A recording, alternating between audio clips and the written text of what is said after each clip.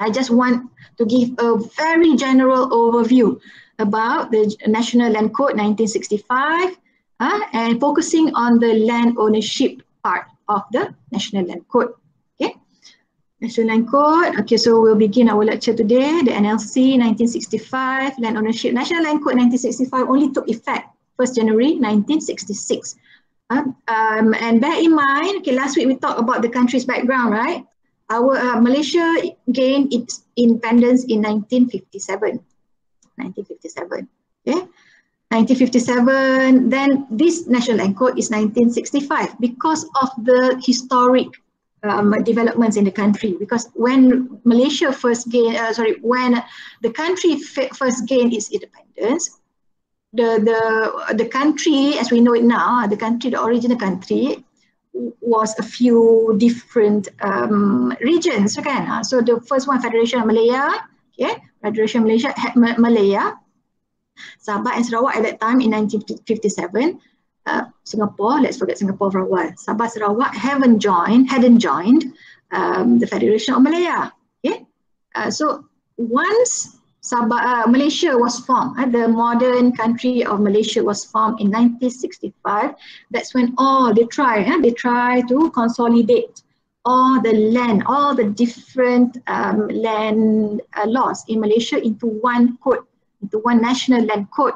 But we'll see later whether that happened or not, whether we have one single national land code or otherwise. Okay, so we'll see that what happened to the what really happened to the land law in Malaysia, a single land code or otherwise. Now, so today we are going to discuss about, my lecture today is going to be divided into these very neat subheadings. One, the land registration system itself, a very general introduction into land registration, okay? Whereby here I'm going to introduce you to the torrent system of registration, background to land law in Malaysia, okay, some historic lesson on how we come to have the National Land Code, then an overview of the National Land Code itself, okay, and then, okay, this is quite important. Number 4 is concept of land under National Land Code, because we talk about land, but how is land defined under the National Land Code? That is the crux of the law of the National Land Code. So we have to be clear, okay, what is land under the National Land Code. Then 5, the title registration under National Land Code, how the state disposes the land through titles. Okay. Then finally, are there any land titles that we have to know of? Yes, besides the surface land that we know of now, there is also the underground land title that is quite new and has been implemented in some states in Malaysia, not all, some, actually one. Okay, now land registration system, okay? The first one, the first component of our lecture today, our first subsection. What is land title? The one that I showed you just now, yeah? This one. What is this exactly? What is this exactly? This is just the document. Wait. This is just the document of title. These 2 pages, this and this is just the document of the title. But what exactly is the land title? Okay, what exactly is land title?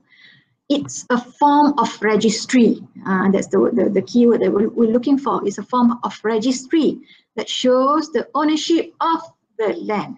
Okay, who has the title is the landowner. Okay, but bear in mind the land. Okay, there can be different rights on the land. So it's not just the title, but also other rights. So title means the ultimate ownership on the land, but there are also other rights associated with the land which does not come with the title.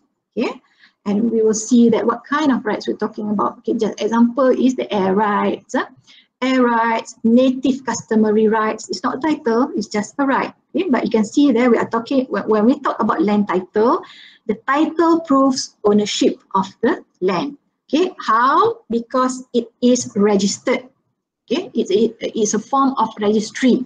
So anything that is registered is considered official, and therefore the document of title shows the owner of the land. Now, institution of property that arose due to scarce resources where everybody needs to compete for the resources. So the institution of land registry, because land is a scarce resource before, they realized that at one time, remember this is technology time whereby land cannot be increased, land supply cannot be increased. See, at that time land was scarce, okay? Therefore, they need to allocate the land secara just, not equally lah, equitably, secara adil lah, everybody, and it's a system that can guarantee the right on the property. So it is an institution that is necessary for the development of the property industry. Now, when someone acquires rights to a property, the owner can stop intervention from other people on their property, and also the owner can transfer the property to others. So two things. Once the owner's name is on the title, he has the exclusive use and enjoyment of the property. So that means that he can exclude other people from enjoying his property. That's one. He can stop the intervention from other people on their property. Two, with the title, he has ownership, so he can transfer the ownership to another party. Without the title, he cannot prove his ownership, therefore he cannot sell his ownership to another party. Right? The title enables the proprietor to transfer the property to others. By the way, I mentioned the word proprietor just now, right? So the owner of the land is also known as the land proprietor. Under National Land Code, okay, instead of owner, we use the term proprietor, okay? P-R-O-P-R-E-P-R-I-E-T-O-R, proprietor. Okay, anyway, next one, okay, so there are two systems of land title. The first one is the title recording system. The next one is the title registration system. Okay, what are the two? What's the difference between these two systems? Okay, one is based on recording all the instruments related to the land. This is normally identified by the English deed system, okay, which can be found to this day in countries like Hong Kong and also some parts of Canada, not all parts of Canada, because some parts of Canada use the torrent system, but some states, different states, such as Quebec, macam tu, they use the English deed system, whereby the register only records all important instruments related to the land. The registry, just now remember, a form of registry though, the register only records the instruments instead of recording the ownership. That's the thing. Okay, and the system is based on this principle, Nimodat quote non habet. Nimodat or the Nimodat principle. Nimodat principle means states that no one gives what they do not have. So your ownership on the land must be proven before you can transfer the land to another person. Okay, and here, okay, again, let me just stress this fact. Okay, the English deed system only records the instruments related to the land. The registry does not record the ownership of the land. Okay, so means if there's any transfer deed, transfer document, the transfer document or transfer instrument will be recorded. If there's a mortgage instrument on the property, the mortgage instrument is recorded. If there's what else? Charge mortgage, sama lah, charge mortgage. What else? Transfer a lease. The lease is recorded on the lease instrument itself is recorded in the registry. And importantly, no one gives what they do not have. So if an owner, under the deed system, if an owner wants to transfer his land to another party, the second party, the purchaser, had the lawyer, especially not himself, the lawyer will have to do a very extensive checking on the title of the seller. Must prove that the seller really possesses the ownership. So the owner has to check one by one all the all the transfers to make sure that the chain of ownership is not broken. If somewhere down the line the purchaser's lawyer discovers a broken chain, then the lawyer will advise the buyer not to go ahead with the purchase, because there's nothing that the seller can transfer to the buyer, because the chain of ownership from before has been broken. You see that the kind of the tedious work, the amount of time needs to be spent in checking all the ownership, the chain of ownership from one owner to another owner to another owner to another owner, all this until time memorial from the first alienation of the land. So this actually is what is the practice in some countries until now. The purchase of a possession from someone who has no ownership right to it also denies the purchaser any ownership title. So no one gives what they do not have. If the landowner just now, his chain of ownership has broken, was broken somewhere, katakan in the 18th century or the 19th century, he has no title now. There's no title. And if there's no title, he cannot sell it to somebody else. You can see that a lot of problems in terms of just now time needed to ensure the chain of ownership is not broken.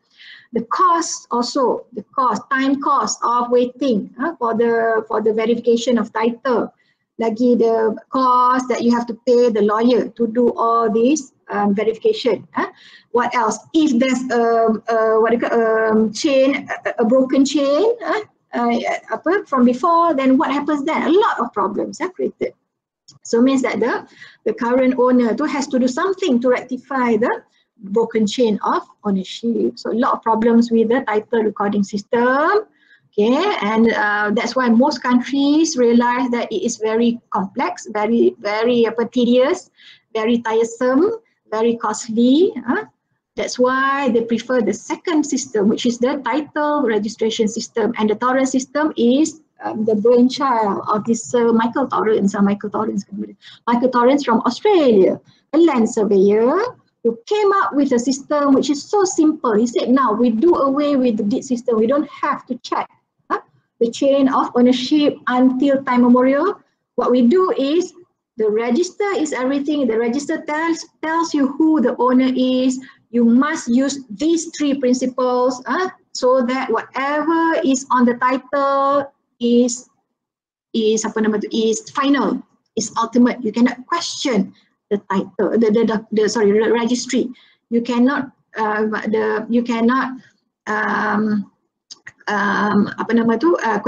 the registry, and you cannot question what is on the document of title.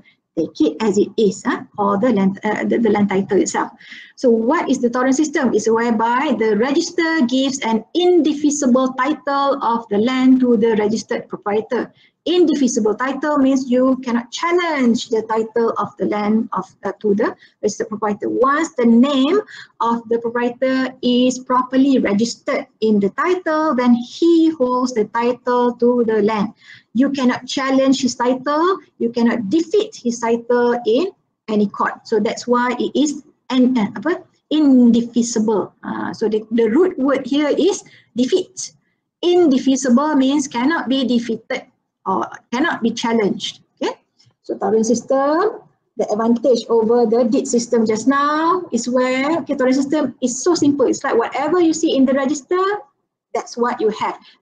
That is who the owner is. That is the land area of the land. That is the land use of the land. These are all the conditions on the land. These are all the restrictions and interest in the land. Just follow whatever is given in the document of title. You don't have to keep on checking what happened before, Okay, so what are the three principles that I was talking about just now? Torrens system, there are three main principles that make the title registration system a good one, a good system compared to the title recording system.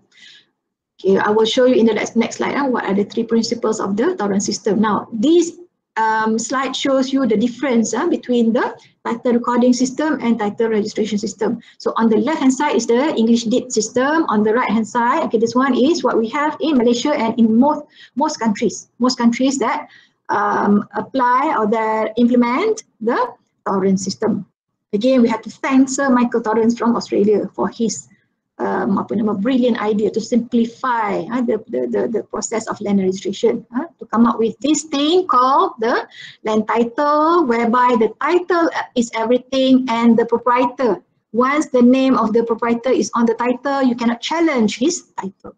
Okay, anyway, we look at this. This is the title deed, and we have here transfer certificate of title. So this title deed needs to be registered in the registry. This transfer certificate also needs to be registered. So all these, not just transfer certificate, but also, like I said before, charge, if there's any charge certificate, charge lah, whatever, lease lah, all this. So all these deeds, all these documents, the validity of these deeds need to be verified. All, and not just the different types, but also the different times. Semua tu. This one, just follow whatever is in the registry, just one only, because all the details, if there's a transfer before, okay, the old title, the old non-computerized system, the manual system did show you the transfer, but now no more. Now it's a very clean, this one, under the computerized system, computerized, what do you call it, title system in Malaysia is very clean, whereby if you look at the second page, okay, this is what it looks like. I'm sorry, but this is in Malay. Okay, for non-Malaysians, the document of title in Malaysia is not given in English. It's given in the national language, the Malay. Okay, now see here, this is the title details, the land details, sorry, the land details, details of the land. The title number, lot number, mana lot number? Lot number is here, lot number, title number, where it's located, the state, the district, okay, the city or the town or the mukim, okay, what else? The land area, okay, the land use, the where you can locate it in the RSS, the survey sheet, okay. If you want to buy the what do you call it, the layout plan, you can go to the Department of Survey and Mapping, and you can cite them this figure C274 to the, and they will print you a site plan of the lot whereby you can see the boundaries, where the marking, sorry, the boundary stones, the what do you call it, the dimensions, the panjang, the lebar, whatever, you can see that. So whether it's leasehold or freehold, so in this case, this title is a leasehold, the expiry date, when is it, and importantly, must be under the hand and seal of the registrar. Mestilah ditandatangani dan dicop.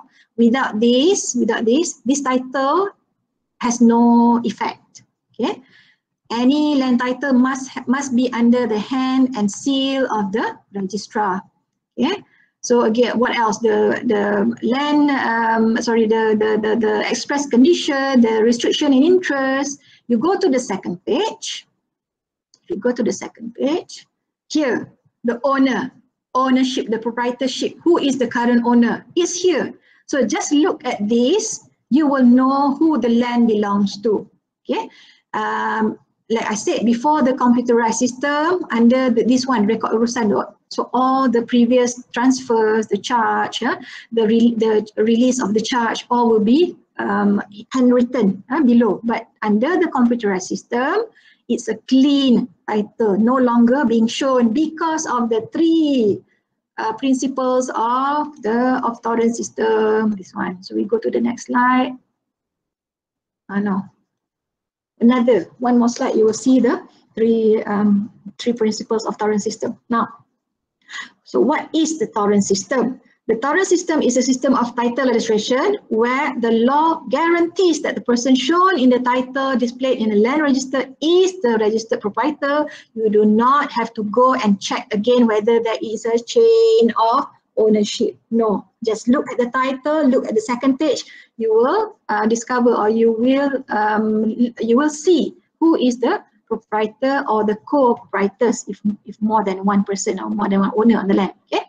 As such, the land is secure in terms of ownership.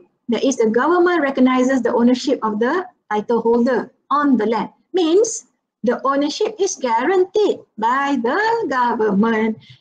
So in theory, if there's any wrongdoing on the title, the government is supposed to reimburse, is supposed to compensate the owner. For instance, an illegal transfer. Maybe I think Stephanie would remember this case, Bunsam Buyanit case, kan? Stephanie, I'm very sure you are. That is my favorite case under when I teach land law, because Section 340 of National Land Code gives the indivisibility of title. Now, Bunsam Buyanit case in Malaysia is a very famous case because it tested the indivisibility of title principle in Malaysian land law. Okay. The land belonging to Madam Bunsam Buyanit was illegally transferred to another person, a third party transfer, by a fraudster, somebody, an imposter who claimed that she was Madam Bunsam Buyanit. She signed the transfer document to another party, and the first party was a developer. First party, and then sold to another party, developer juga, so developer anyway. But the purchaser was a bona fide purchaser. He didn't know that there was a crime involved. That there was an imposter claiming to be the original owner. She's not really the owner, but she claimed to be the owner. She signed the document, the transfer document. The transfer document was registered. The new owner's name then was put on the title, so that when the original owner, Madam Bunsam Buyanit, when she discovered there was an illegal transfer, she tried to fight to get her title back.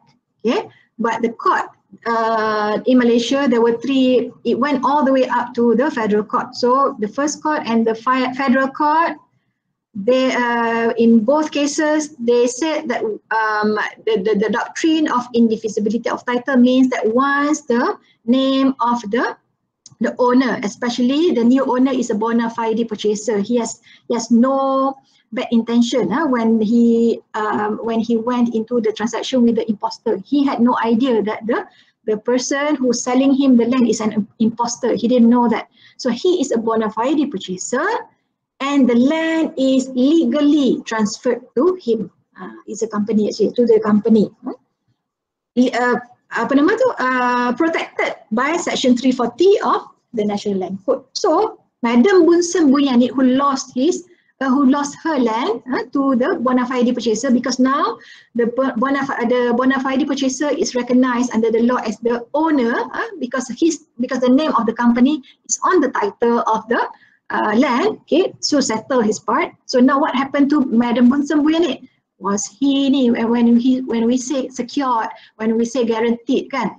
When we say that the government will be able to secure, to guarantee his right, will be able to compensate, did she receive any compensation? No, because in Malaysia we didn't. We just follow two of the three principles of torrent system. Yes, so I will show you what other principle that the Malaysian system, torrent system, does not follow, that prevents Madam Bunsam Buyanit from getting her compensation. Anyway, so itulah, it's secured. So in the case of the bona fide purchaser just now, okay, he got the security from the two principles of the torrent system. Okay. Now, advantages of the torrent system: it reduces the possibility of fraudulent land transfer, like what happened in the case that I mentioned just now, the Madam Bunsam Buyanit case. By the way, Madam Bunsam Buyanit is a Thai. He's a Thai citizen, okay, residing in Bangkok. Her land was in Penang, Tanjung Bunga. So her land now is an apartment. Bagus kan? Apartment. Anyway, the company, the bona fide purchaser just now developed the land. Okay, if Okay, the court at that time decided that the transfer was illegal. Everything on the land will be transferred to, could have been transferred to Madam Bunsem Boyanit. So it will be the loss of the bona fide purchaser instead of Madam Bunsem Boyanit. Anyway, so the first one reduces the possibility of fraudulent land transfer. Second one minimizes the time and expenses spent for the investigation. Now this one is the main disadvantage of the deed system, of the title recording system just now.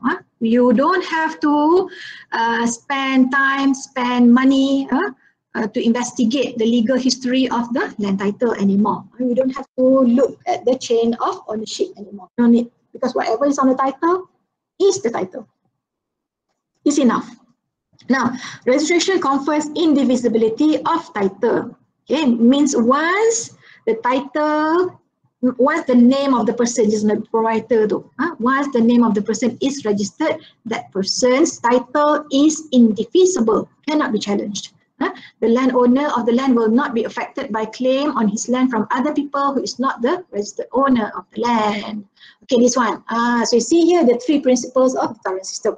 Mirror, curtain, insurance. Okay, what is mirror principle? It ensures that the register reflects legal interest on the land. Actually, there's two titles. Okay, document of title, there are two copies. One is kept at the registry, so it's known as the registry document of title. The other copy is held by the proprietor, by the owner. That particular copy is known as the issue document of title, IDT, RDT. So there are two copies. Both copies of title mirror each other. Same details will be shown in both copies of title. That's what mirror principle. Curtain principle. Curtain principle means that once a registration occurs, unregistered interests affecting the land are not enforceable against the registered owner. Once registration occurs and any unregistered interest can no longer be forcible. You cannot enforce, can no longer be enforced. It's not enforceable against the registered owner. It is not necessary to look behind the title to investigate previous interests. For example, a land just now. A land just now has been transferred, has been sold to another. A is the owner of this land. A sells his land to B, but he only sells, but never never registers the Form 14A. The Form 14A is the transfer form that needs to be registered for B, punya title to be recognized by law, by National Land Code in Malaysia. So A transfers his land, sells his land to B. Okay, B pays off the full price to A, but A never, the transaction was never registered in the land office or at the PTG, never registered. Okay, A dies. A's land now is can be transferred to the anak, to the kin, to the next of kin, to the family members according to the estate law in Malaysia. Estate to or in the Muslim law is the what do you call that? Hukum Mia apa panggil kalau meninggal faraid. Faraid. Faraid Islamic law, there is a branch of the Islamic law which is the faraid. Means that once the parent, one of the parents or both parents die, the property will be divided amongst the children in a certain way. Anyway, so now in this case, A, because he didn't transfer, he didn't make the transfer, the proper registration of Form 14A in the registry. Now B's interest is not recognized. B's interest is now only equitable interest. Equitable means something that can be proven, can also be disproved. Now, who has the better claim to A's land, to A's title? Is the son or is the family members of A? So that is the danger there. Because curtain principle prevents you from looking at things that are not registered. Okay? It's not necessary to look behind the title. Okay, and finally, so this is the third principle that in Malaysia we do not practice, the insurance principle. The insurance principle is the guarantee by the state that any loss that is incurred due to reliance on the conclusiveness of the land registry by a land purchaser will be compensated through a statutory indemnity system. So it's like the name itself lah, the insurance principle. So there is a sum of money that the government holds to compensate people who experience any loss due to the reliance on the registry. So it means in the case of Madam Bun Semboyanit just now, if Malaysia implements the insurance principle, she would have been compensated.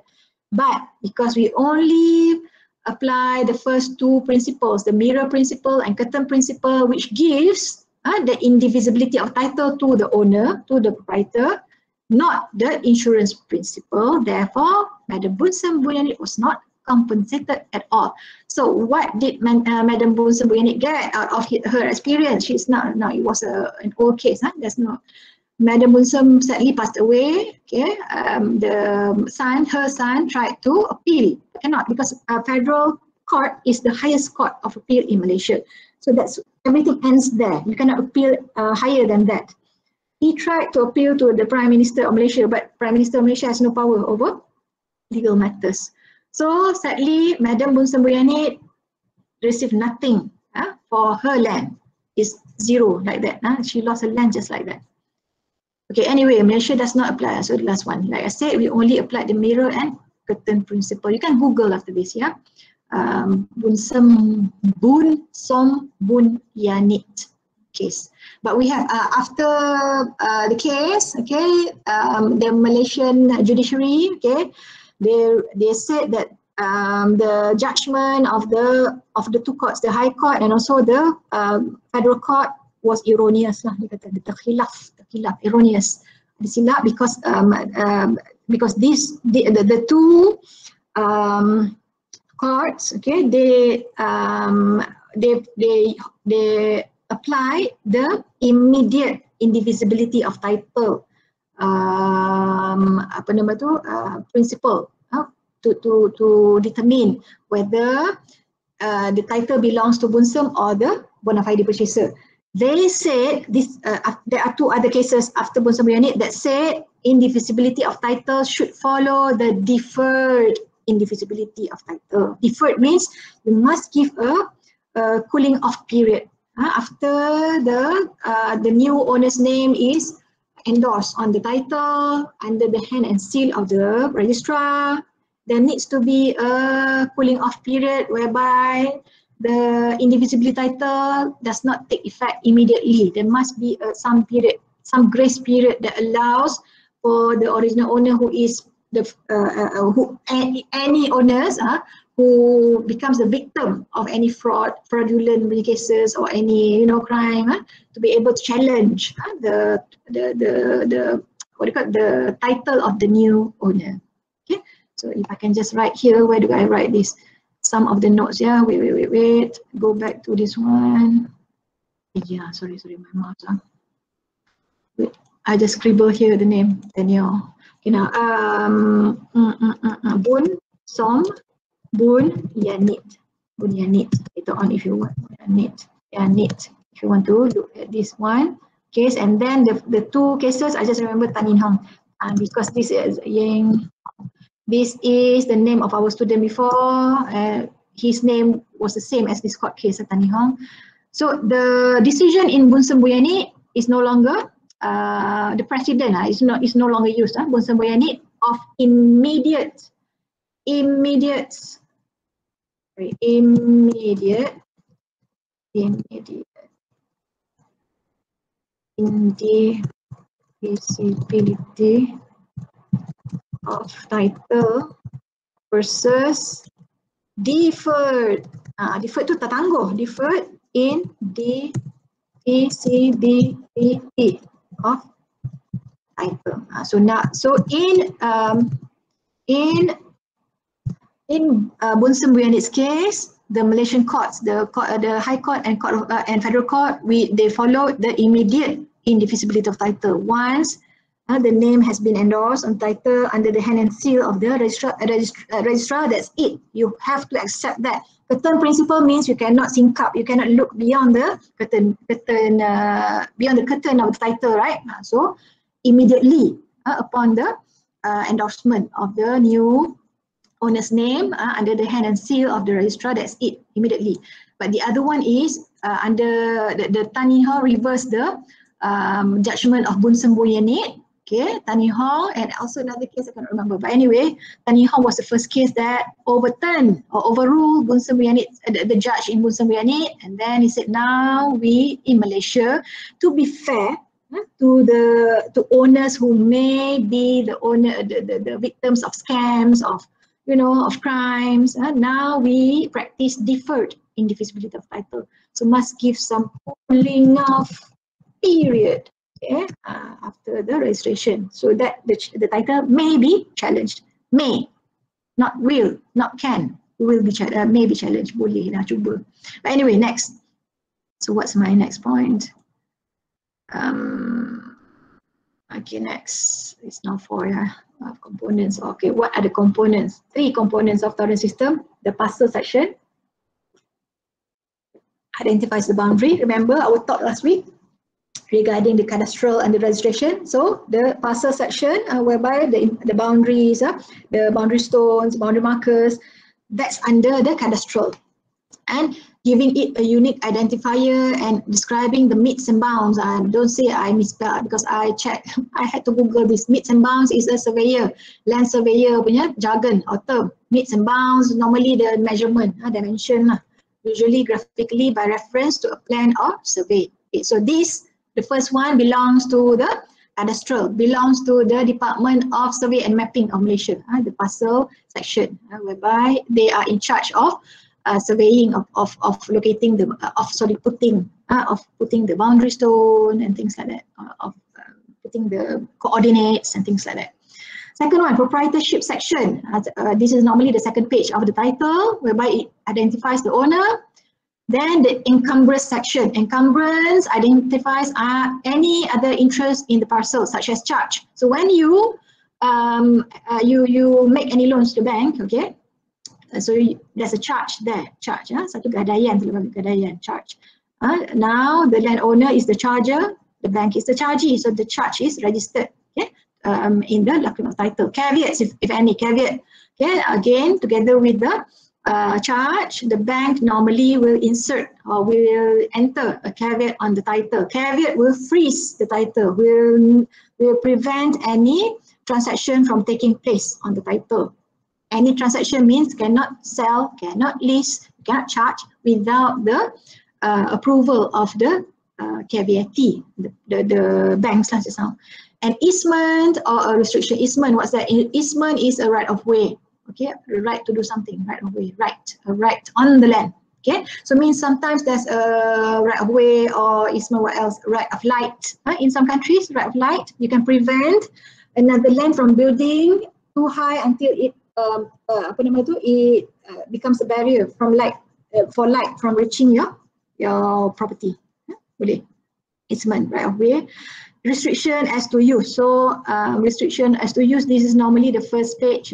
I showed you before, kan? This land can only be used as for residential use only, something like that. So restriction, 2 stories only, or what else? Kediaman sahaja hendaklah dibidang pada 2 tahun, something like that. The land must be built, fully built within 2 years or something like that. Restriction. The next condition. No, sorry. Restriction as to use. Betul lah, restriction to use. This is confusing. There are 2 things on a title in Malaysia. One is restriction in interest. The other one is express condition. So express condition is the restriction as to use. What the land cannot be used as. That is in the express condition on the title.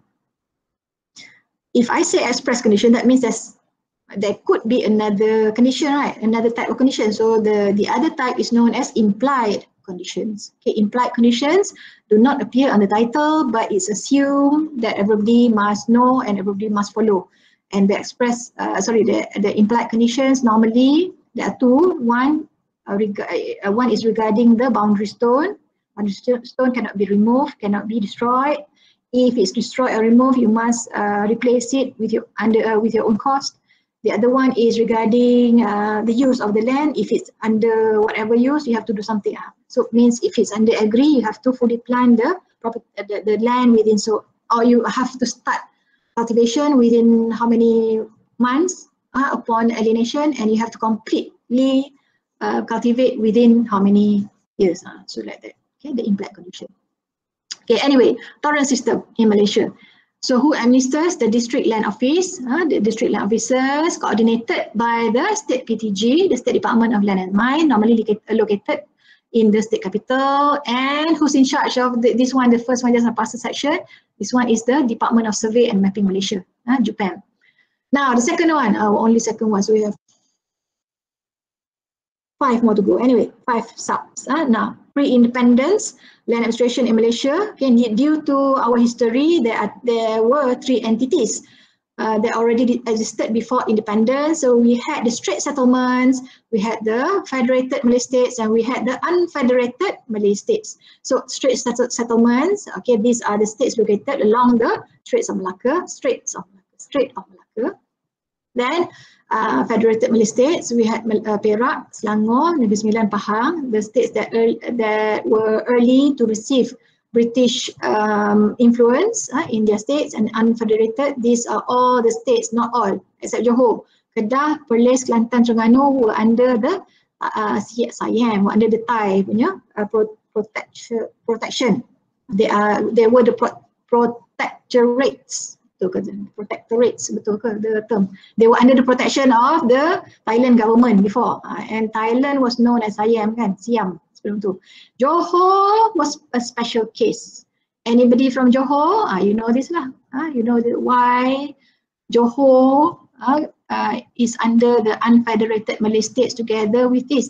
Johor was not under Thailand kan, but Johor was special because Johor was a state in Malaysia that had a special relationship with the British government, and so that's why they managed to resist the British, British colonization, British influence, or British interference in their state. That's why they were grouped together with unfederated states. Anyway, straits 1, 2. Another one is Singapore, but now we have kicked Singapore out. Let's not discuss about Singapore now. Penang, Malacca. British Strait settlements established 1826 as a result. So the British influence in these 2 states were extensive. Influence was quite extensive, including land laws of these states. Until now, we have you can see why some of the different elements in the land titles of these 2 states. For instance, in Penang, they have what is called first grade titles. Wow, there's no such thing in other states in Malaysia. Okay, so in Penang, the first grade titles mean that you can do anything on the land. There's no category of land use. I think the only limitations is you have to check the planning. Okay, in terms of the title, in terms of the land title itself. Okay, if it's a first grade, that means you can build anything on the land, but you have to check the zoning, and the planning law is another thing. So you have to check the zoning and the planning law. You have to check the density. You have to check the plot ratio and the planning law as well. Okay, but very special case. Next, federated just now, Perak, Pahang, Selangor, Negeri Sembilan, 4 states in Malaysia. Sources of land law were Islamic law, Malay customary law, until these states adopted the torrent system. Okay, in 1891, beginning with the Selangor registration of land titles, followed by Perak, Pahang, and also lastly Negeri Sembilan. Okay, so the first one is Selangor. Okay, similarly, unfederated Malay states, the sources of land law in these states were the Islamic law and Malay customary law until the English came. Okay, so 1909 was the beginning of English influence in these states. Before that, these 4 states followed Thailand. Followed the Islamic law and Malay customary, but they had to pay some kind of in English, some kind of annual tax to Thailand. Now, Johor, like I said, special case, okay, they were pretty much influenced by the British, some of the British laws, but also they practice Islamic and Malay customary law as well. Now, conclusion. At independence in 1957, there were various laws regarding land in the former Malaya state. So this peninsula, okay, all these states are known as the Federated Malay States, the Malay Federation. Okay, former Malaya, also British Malaya, states that could in the former Malaya states that could complicate land administration. A team to study and recommend on the issue to the government was established under Sir Louis Cheek. As a result, a national land code was proposed. Okay, so just before independence, they say, okay, all these different land laws could create issues if we grant you independence, Malaya. So we want to advise you. So that's why they sent a group from Britain, from UK at that time, to come to Malaysia to study our law and to propose a unified national code regarding land. Then, okay, this is what it looks like now. Okay, statutory law under land in Malaysia include all these different legislation. Okay, but at the top is National Land Code, which is what we want to discuss today. And you can see there, National Land Code Penang and Melaka titles are this because in Penang and Melaka, due to their history, they had older titles that predates the National Land Code. And these titles that predated the National Land Code need a way to ease them. Into the National Land Code 1965. You cannot simply wipe the slate clean and then start, cannot. So the old titles, the Penang and Melaka titles need some time to be absorbed into the National Land Code 1965. That's why they had to enact the National Land Code, Penang and Melaka Titles Act 1965. Then what else? Statutory control over land. Okay, we also had Strata Titles Act, which at one time was part of National Land Code, but then after discovering that it's so ungainly, so susah, it's so difficult to have strata titles inside the land law, they took out all the references related to strata titles and enacted a separate Strata Titles Act 1985. And then we have Malay reservations. For non-Malaysians in Malaysia, we have what is called Malay reservation land. Okay, for each state in Malaysia, okay, they have their own Malay reservations enactments. Tanah Rizal Melayu, Malay reservations land is accorded. Malay reservation land is accorded special status. Okay. Due to the history of the country. Okay, so cannot challenge this because they are separate. Like I said before, land is under state purview. So that's why the Malay reservations enactments are different from one state to another. Town and Country Planning Act, okay, also control to a certain degree land, okay, Local Government Act, which are what we are going to learn later on, yeah, TCPA, Local Government Act, the Federal Territory Planning Act, quite special because KL punya rate of growth is not the same as and also this refers to the fact that the Federal Territory is a special state in Malaysia because they belong to the federal government, state that is under the administration of the federal government. Then Land Acquisition Act also influences the land in Malaysia because this act, we're not going to cover Land Acquisition Act, but this act enables the land being alienated under National Land Code to be taken back again by the government. Without this Land Acquisition Act, any action by the government to take back the land is illegal under the Constitution. Now, Environmental Quality Act also rules the land law in Malaysia, state land rules. Okay, each state in Malaysia has its own state land rules. Sabah, Sarawak, quite special because National Land Code 1965 is not applicable in Sabah and Sarawak. So in Sabah, we have the Sabah Land Ordinance, Chapter 68. Okay, so this is the land law of Sabah. And the Sarawak Land Code Chapter 81 is the land law of Sarawak. So what does that mean? That means that the National Land Code 65 is applicable to the states here only in the Peninsular Malaysia. Okay, now we go to the National Land Code. Now we're about to stop, I think. can we stop now? Let me see how many. Oh, we can. Okay, wait. I finished this section 3 first. Okay, I think we can finish now. Establishment of National Land Code. The basis of the National Land Code itself is the Land Code 1928. Now remember, the British came to Malaysia. They brought together some influences regarding land law. So prior to the National Land Code itself, they have introduced in Malaysia the Land Code 1928 in some states in Malaya. Updated and added with new parts came into force. Okay, like I said, 1st January 1966. Although the year of the National Land Code is 65 kan. National Land Code 1965, it only took effect in 1st of January 1966 under Article 76 of the Federal Constitution. The main objective was to create a uniform system. So that's why the National Land Code was able to be implemented because the Federal Constitution allows for an act that can uniform the laws in Malaysia, even though that item is under the state purview.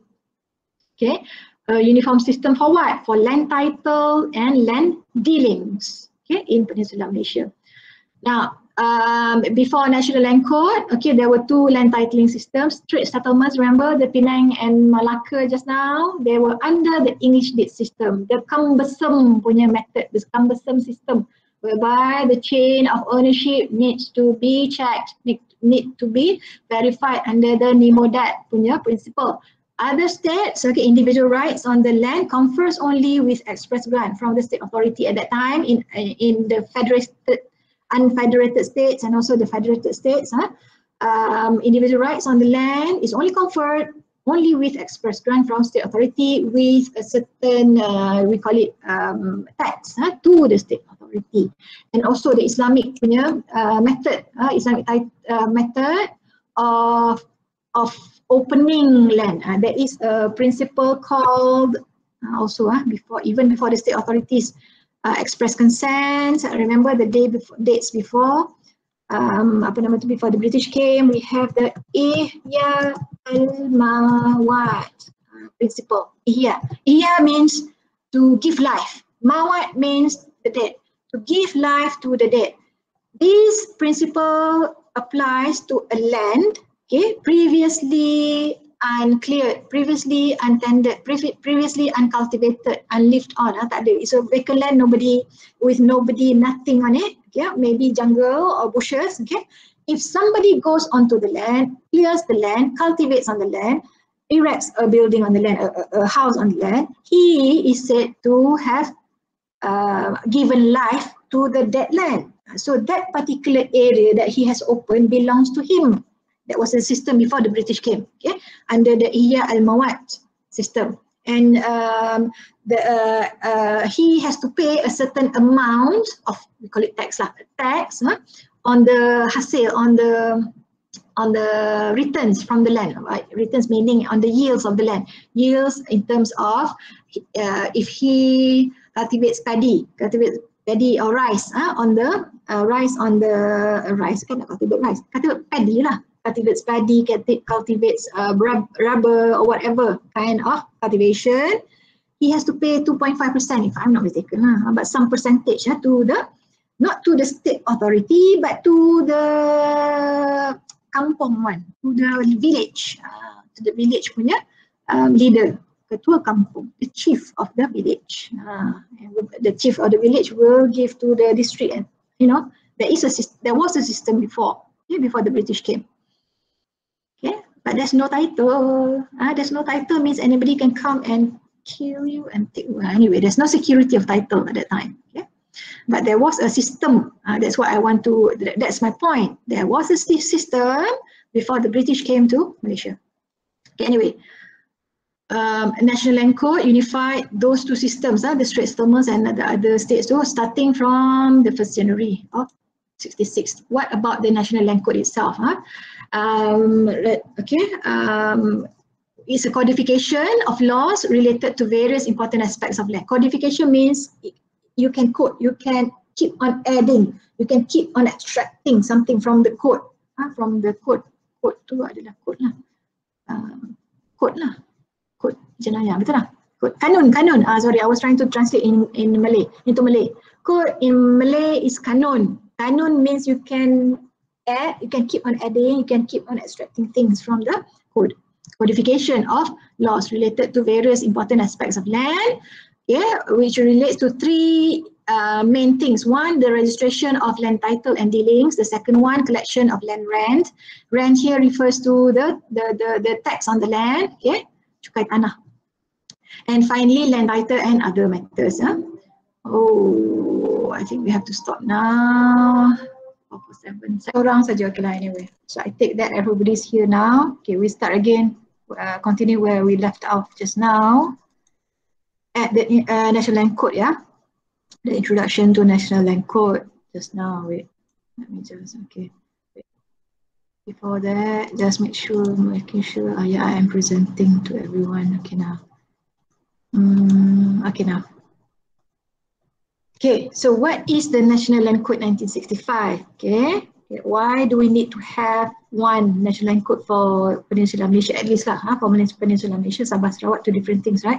Have your Sarawak Land Code and also Sabah Land Ordinance. Anyway, this federal intervention, okay, intervention referring to the National Land Code is on the grounds of achieving uniformity of land law and policy. Because as we mentioned before,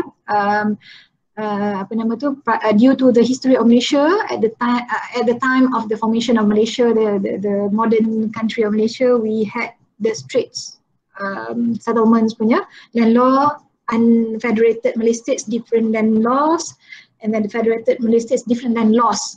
Now each state have their own practices and also customs and also different provisions under law and the land law. So the intention was to achieve uniformity, and the policy is initiated by the introduction of the National Land Code 1965. Now, National Land Code is the land law applicable in all states in Peninsular Malaysia. Sarawak has the Sarawak Land Ordinance chapter. CAP stands for chapter, yeah, CAP 1968. CAP 68, Sarawak Land Code, CAP 81, implemented by Sarawak. Now, Article 76, sub 4, the Federal Constitution allows the Parliament to pass laws related to land to ensure uniformity. This is the only reason why the National Land Code could be passed, could be implemented, because of the fact that it is allowed under the Federal Constitution, Article 76. Sub 4, to ensure uniformity of land tenure, registration, dealings, acquisition, and also rating. Okay, and National Land Code supports private ownership and development of land through the creation of a comprehensive and organized system of land ownership, registration, and dealings, which ensure the indivisibility of title to land. See here again, okay, this phrase, indivisibility of title. Okay. Without this, there is no property development. Why do I say that? Because the title in the land needs to be secured. There must be an element of certainty in land ownership for the land to be able to be developed. And National Land Code ensures this through what and supported by what? Supported by the torrent system. Okay? Without the National Land Code, without the torrent system of title registration in Malaysia, okay, I would say that we wouldn't have achieved this level of development, of national growth even, and not to mention our vibrant property market. We won't have our KLCC, for instance. We won't have the landmarks lah all over the country without a secure, without a really solid land law. Okay. And in National Land Code, it also incorporates policy matters such as human rights, cultural matters, land tenure, land use and taxation management, land markets and valuation, and also land administration, which has been our subject last week, the subject of our title last week. Now, human rights, what about that? Equitability and protection of property rights. Equitability means adalah unsur-unsur fairness or justice, whereby you can depend on your title, and that is the title protects your rights in the land, in your homes, in your property, right, against other people who wants to encroach, who wants to take away your property. Okay, for instance, yeah. So there are elements of human rights in National Land Code. Cultural, what about that? Cultural elements, protection of traditional values, whereby there is an integration between cultural values and economic realities. There's such a thing in National Land Code that allows for the Malay Reserve to be incorporated. There's certain dealings, for instance, prohibition, yeah, under restriction in interest for Malay Reserve land, from being transacted, from being wasted away, from being not wasted, from being transacted to parties that are not supposed to receive the transaction, because there is a clause, not clause, there is a provision in the title that prohibits the title to be transferred to non-Malays, for instance, cultural. Something else that I can give you as an example is what do you call that? Land use also is a cultural, is a protection of our cultural values. The types of cultivation, for instance, yeah, in a certain area whereby you want to protect the character of the area. For an area, okay, may be known for its fruits, punya cultivation, for its fruits product. The produce comes from the orchard, for instance. So orchard too can be an express condition in the land title. Therefore, okay, whatever is in the land title has to be observed, and therefore the owners can only use the land for orchards rather than planting other types of what you call of cultivations that could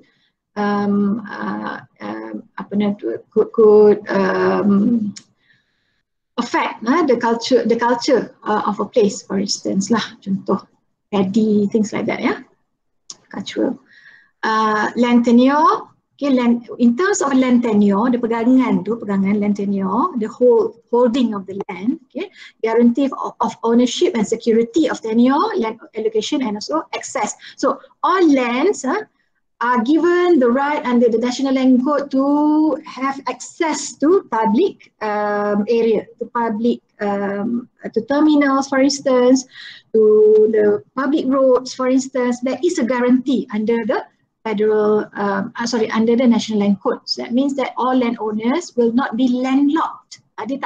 He will not be in a position whereby he has a land and he cannot use, he cannot access the land, because that particular right is given under the National Land Code. If he is the second layer, then he may have a right of way over the first layer lot, okay, to get to the public road, for instance, to get to the public terminal, for instance. Okay, security of tenure, okay, is also the curtain and mirror principle, and also which guarantees the proprietor's right. Once his name is on the title, it is guaranteed. Okay, land allocation, meaning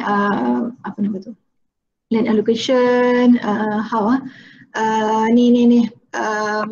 allocation meaning if somebody applies for a land, he opens a land, for instance, and then he applies to be alienated state land, okay, maybe his right will be guaranteed by first of all giving him a qualified title before giving the final title. So the one that is really protected under our National Land Code is the final title. But before getting the final title, a qualified title may be given. Hak milik sementara may be given. Okay. Land use and taxation management, strengthening planning control and principles. Okay, like I said before, all titles they have their land use. Okay.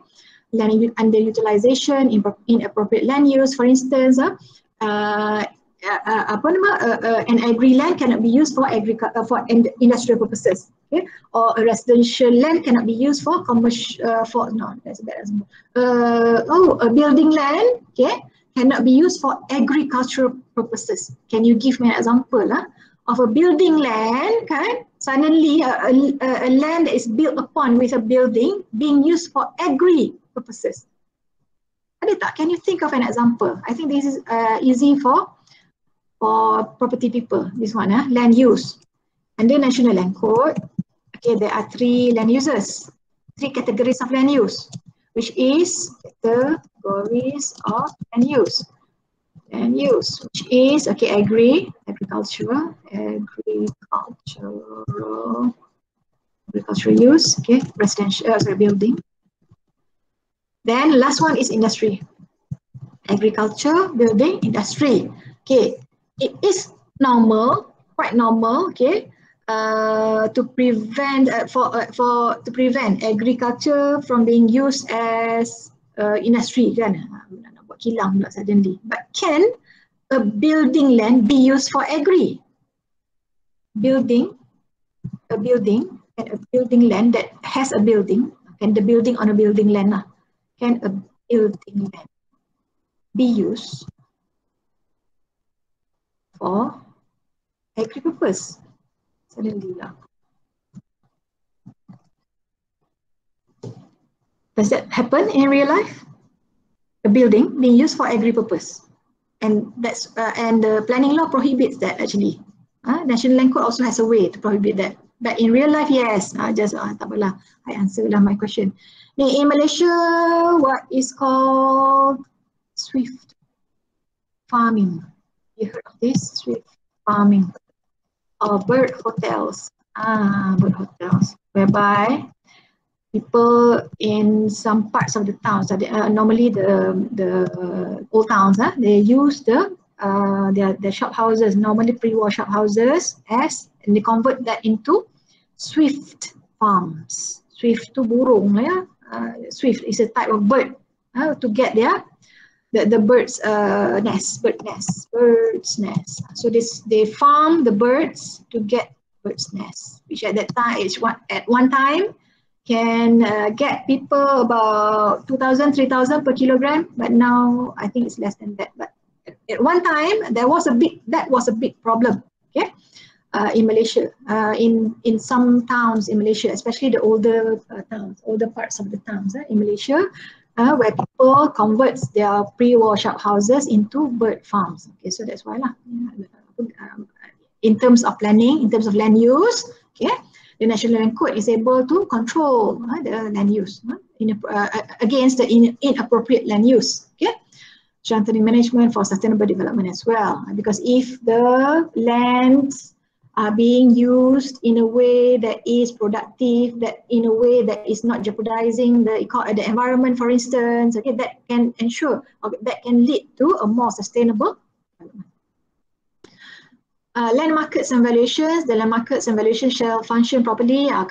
Yes, because of the guarantee of title, or the security of title just now, whereby it can avoid the hassle of the deed system, and what we're practicing now, the title registration system, everything, all the transactions go smoothly because everything is simpler, and it allows for property transactions or land markets to operate efficiently or more quickly than under the deed system, okay, and for the benefit of the entire society. Last one, land administration. In terms of recording, although land records are expensive to compile and to keep up to date, a good land administration system should produce benefits, many of which cannot practice be quantified in cash systems. And these are the benefits of having a good land administration under the National Land Code, because the National Land Code endorses the title registration system, which was proposed by the Torrens system. Okay? Guarantee of ownership, support for land, property taxation, because everything is simple on the land itself. There's the land areas are stated clearly. You can also tax easily with the clear details, with the easily found details, or easily or properly recorded details of the lands for property taxation. That means that there is a more efficient system to impose and also to collect the taxes on land.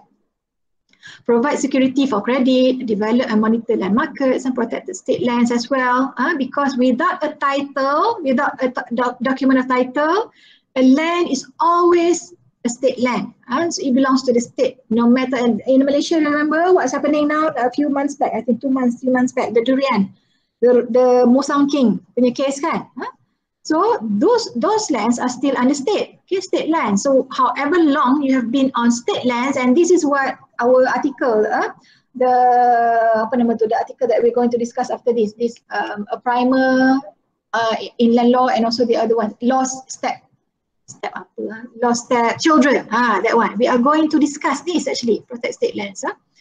The squatters on the state lands. What happens? Are they given rights? Any rights on state lands if they if they stay there for 7, 10, 100 years? Do they have rights? Okay. Reduce land disputes, okay, between people. This happens, yeah. When someone encroaches your boundary, there's bound to be disputes. Boundary encroachment can be as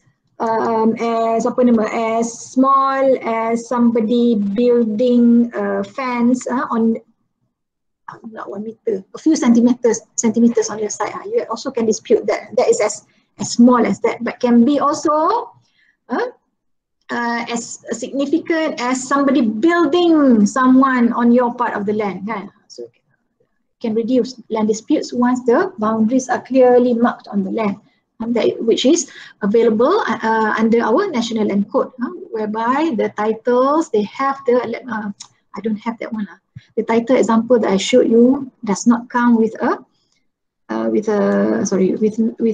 site plan. Otherwise, I could have showed you the boundary marks, the boundary markers.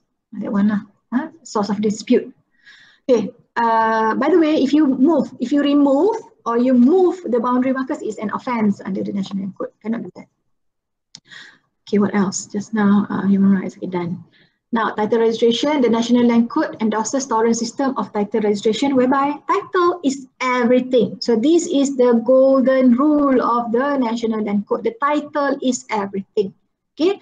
If your name does not appear on the title, that means that you are not the right, you have no rights over the land. In terms of title, when as far as title is concerned, okay, you may have equitable rights, but okay, in law, equity is below written law. So you have written law, you have unwritten law. Unwritten law includes equity. Equity is below whatever is provided under the written law. National Land Code is an example of a written law. If the National Land Code states that the title is everything, if your name is on the title and that serves as the conclusive evidence that you are the owner, then your equitable claim to the land is lesser than the registered owner of the land. Okay? Title is everything. You may have some right under equity, but the right under equity is not guaranteed under law. On the other hand, your name on the title is guaranteed under law. Register is conclusive evidence that the person named therein as the proprietor of an interest in the land is the legal owner of the interest. Interest in the land can only be created, varied, or changed by registration.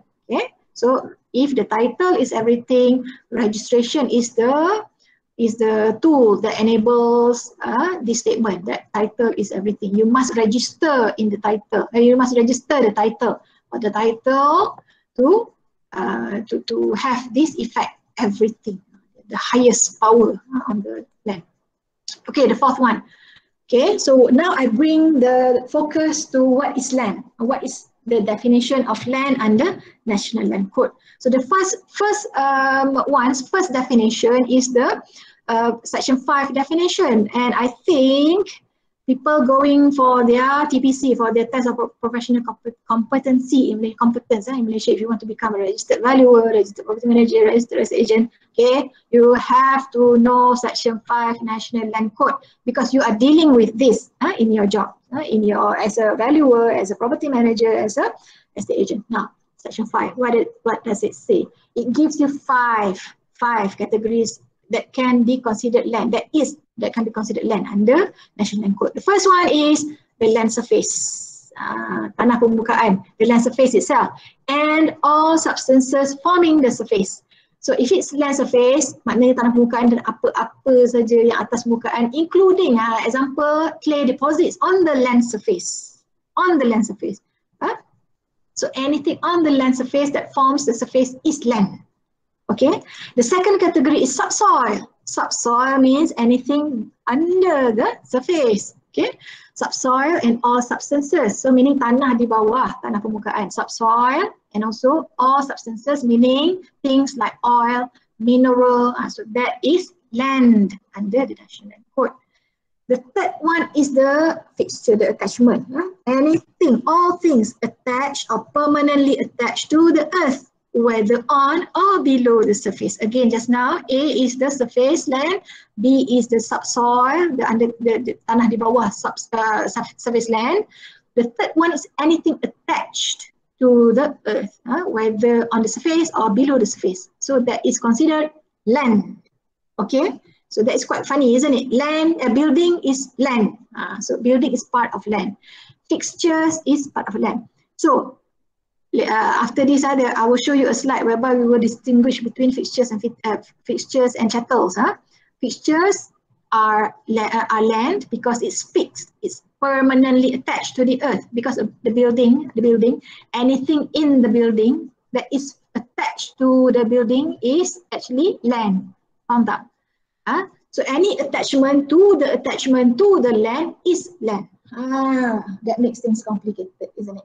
Okay, so the example, what I'm saying just now, the attachment to the attachment on the land is land. On the land is a building, right? So in the building, there may be, you may purchase an empty house, a vacant house, an empty house, nothing with an open plan house. Then later on you come in and then you do your renovations. Normally you do renovations in Malaysia. Okay, you then start with kitchen extension, living room extension, but what people always do first is the kitchen cabinet, okay? Kitchen cabinet in your room, fixed wardrobes, okay? And then sometimes a bar in the living room, a counter, bar counter, not the removable one, but the permanent one, the cement, kan? So all these things that you add to your house, the kitchen cabinet just now, if they are permanent, the kitchen cabinet serves the kitchen. Serves the kitchen. Without the kitchen cabinets, you cannot. The kitchen will not function properly. You can cook, but then not proper kan. So the kitchen cabinet now is attached to the kitchen. The kitchen is part of the building, right? So the kitchen cabinet, which is an attachment to the building, which is attachment to the land, is now considered land, part of land. So later on, if you are not careful, if you sell your property to another person, you are selling your building together with all the fixtures. If in the sale and purchase agreement for subsequent sale, if you don't make it clear that these fixtures, these are chattels, it may mean that that thing is for the buyers lah, especially if you are a buyer, you are buying a second-hand house from somebody, you assume that you are getting the kitchen cabinet, you assume that you are getting the the fixed wardrobe just now, the bar just now in the house. You cannot just assume. You must specify that these are the fixtures attached to the building that is considered part of the deal, part of the transaction. Okay. And that is just an example of a house purchase. What about factories? Factories, manufacturing punya places, whereby it involves sometimes the purchase of a factory with plants and machineries. You have to decide whether the plants and machineries are chattels or fixtures. If the plants and machineries are fixtures, they are being sold together with the factory itself. Okay, next. So that's why we are learning this, the definition of land. All vegetation and other natural products on or below the surface, the trees, the crops, carrots kan, itulah crops itulah, the sayur-sayur tu, all these are vegetation and natural products. Lastly, don't forget land covered by water. This one, you have a pond, you have a lake, okay? This land which is being covered by water, there's water on top of it, this is also considered land under National Land Code. Okay, so there are 5 elements of land. Okay, 1, 2, 3, 4, 5. Land surface, the subsoil, okay, things attached to the land, vegetation, land covered by water. So 5 elements of land. Okay, so it's not just surface land, it's more than that. Okay, under the National Land Code. Now, having discussed the definition, now we talk about classification of land under Section 51 National Land Code. So just now Section 5, now we go to Section 51. We jump ahead. Okay, because this will lead to the lands that can be disposed. Now, classification. Now, if this is a cross section of land lah, katakan of land, cross section, kereta rentas kan, cross section, you may be able to divide into two. One is land above the shoreline, then you have the shoreline itself. Beyond the shoreline, you have the foreshore and seabed. So ni tanah di atas permukaan air, and this one, the foreshore is the beach tu between shoreline, and also we have the seabed, foreshore and seabed. Okay, so all land classifications may be disposed. Semua ini, for the land above the shoreline, the foreshore and seabed may be disposed. Land of the state authority has the power untuk, has the power to issue some kind of the state authority is able to dispose the land. Now you will learn later on there's two ways of disposing the land. One, disposing by alienation, which will give a title. The other one is disposal by non-alienation, which will not give you a title but will give you rights to use the land. So the state authority may dispose, which means with title or without title, the land authority may give the rights to use these lands to anybody or any corporation which are eligible to own or to use property, to use land as per section 43. Okay. Now, foreshore and seabed may not be disposed for a term exceeding 99 years. This foreshore and seabed, this foreshore after the shoreline, beyond the shoreline, this classification of land may only be disposed less than 99 years. Okay, but the rest, may be disposed, but not nowadays. There's no more disposal of freehold. That's what I'm telling you. Okay, in Malaysia. Now, land above the shoreline may be divided into three categories, classifications. We are not talking about classifications, not category, classifications. We have town land, village land, country land. Town land, tanah bandar, village land, tanah desa, country land is tanah mukim. Tanah mukim, tanah desa. Okay. Town land, land in any area of the state declared under. So all these lands, whether they are town, village or country classifications, they must be declared first by the state authority. Declared under section 11 or section 442 as a town, 11 or 442 as a village, and all land above shoreline other than town or village are considered country land. Okay. Now fixtures, again back to my just now my explanation about fixtures and chattels, why we need to differentiate between fixtures and chattels. Now the principle, the law principle that that determines whether an object is a fixture or the object is a chattel is quid plantatur solo sidit. Okay, quid plantatur solo sidit, whatever is planted in the land is considered part of the land. An article on the land may be part of the land, fixture or not, chattels. So whatever is planted, plantator, whatever is planted is land. Okay? Whatever is attached is fixtures. Now, fixtures also can be referred to as real property, real estate lah, real property, anything related to real estate. Chattels, personal property. And there are two tests to determine whether an object is fixture or chattels. Okay? Fixture, degree of annexation. The second test is purpose of annexation, and you must conduct these two. The two tests must be conducted, okay, in equal measures. Okay, you cannot say that you pass the degree of annexation, maknanya dia lekat dengan kuat, then it's a fixture. No, you have to go and do the second test, which is the purpose. Why is that object being attached to the building, for instance, and or to the land, for instance. Both tests equally important. Okay, the first test, degree of annexation.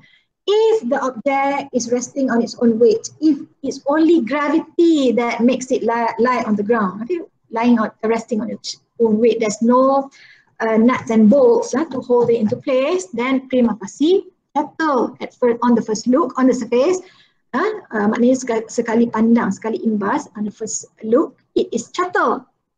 If the object is attached or fastened to the wall using, like I said just now, nuts and bolts, ataupun what do you call it, nails, for instance, nailed to the wall, floor, or to the wall or floor of the building or the ground, prima facie, because it's not just resting due to gravity, resting on its own weight due to gravity. Okay, there's something that attach it to the ground or to the wall, then prima facie is a fixture. However, you have to do the second. You have to look at the result of the second test. Why? Why is the object attached to the building? Yeah. Okay, now the purpose of annexation. The first one is why. Why? Main factor is a significant determinant of the test. Okay. Will the object damage the land upon its removal?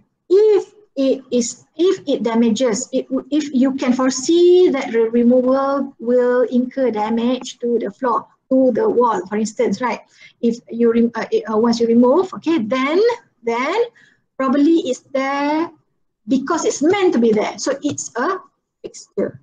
Okay. If it will cause damage, if you can foresee damage upon removal, then it most probably is meant to be fixture. Okay. So the annexation, the attachment just now, is it to improve the land or the building? For instance, the kitchen cabinet just now is attached to the kitchen for people to be able to cook in the kitchen, can improve the land, improve the building. Then it is a fixture. The plant and machinery, a printing machine in a printing factory, in a publisher's factory, kan? Why is it there? It is so that the publisher can do the book publishing, for instance, or newspaper publishing, for instance, to improve the land or building. Then it's a fixture. Or in oil palm estate, and then you have a factory. In the factory, you have an oil extracting machine, for instance. It will improve. It's there to serve the factory, so it must be a fixture, because without the oil extracting plant or machinery just now, the factory cannot function. So it is a fixture. The machinery just now, the oil extracting machine just now is considered part of the factory, which is part of the land. So it's a fixture. Now, if the annexation is just to facilitate enjoyment of the object, then it is a chapter. For instance, enjoyment of the object,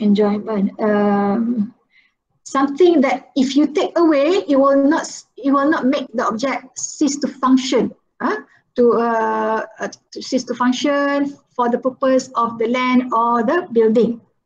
For instance, furniture, for instance, furniture in the kitchen just now. You have the kitchen cabinet, and then you have the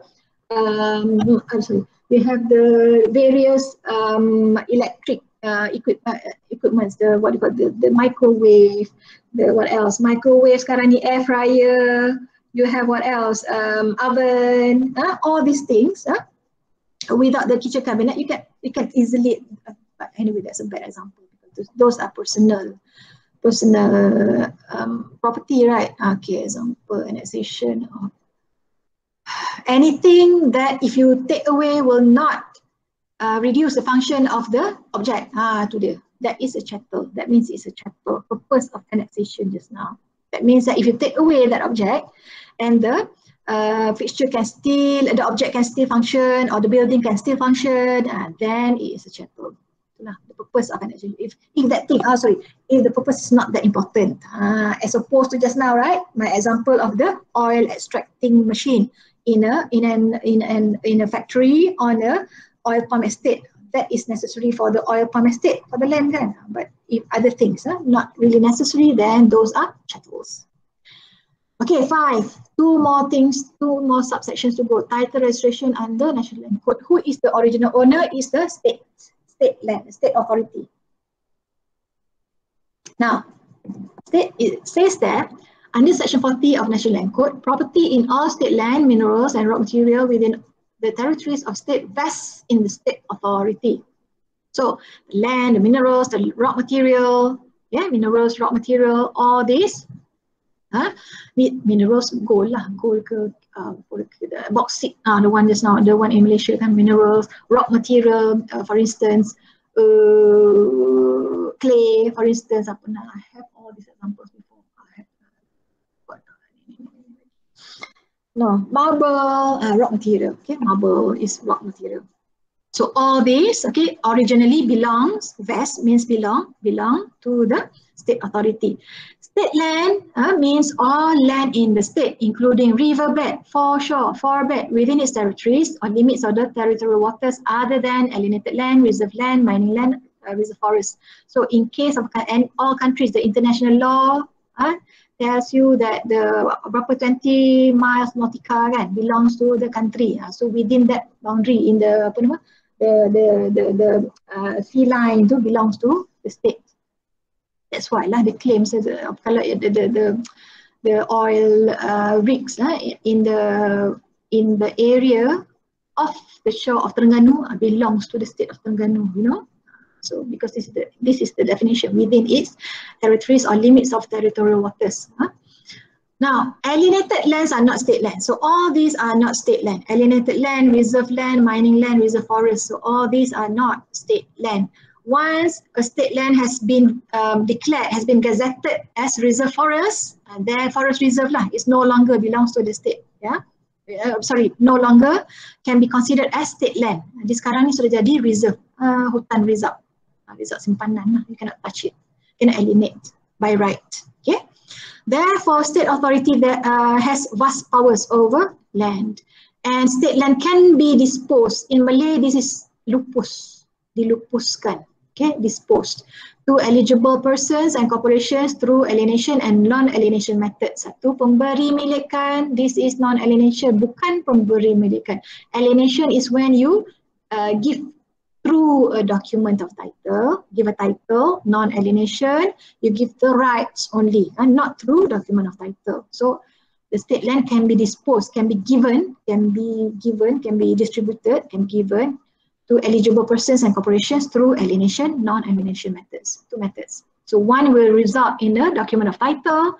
The other method will result in just permits, license, yeah, non-alienation.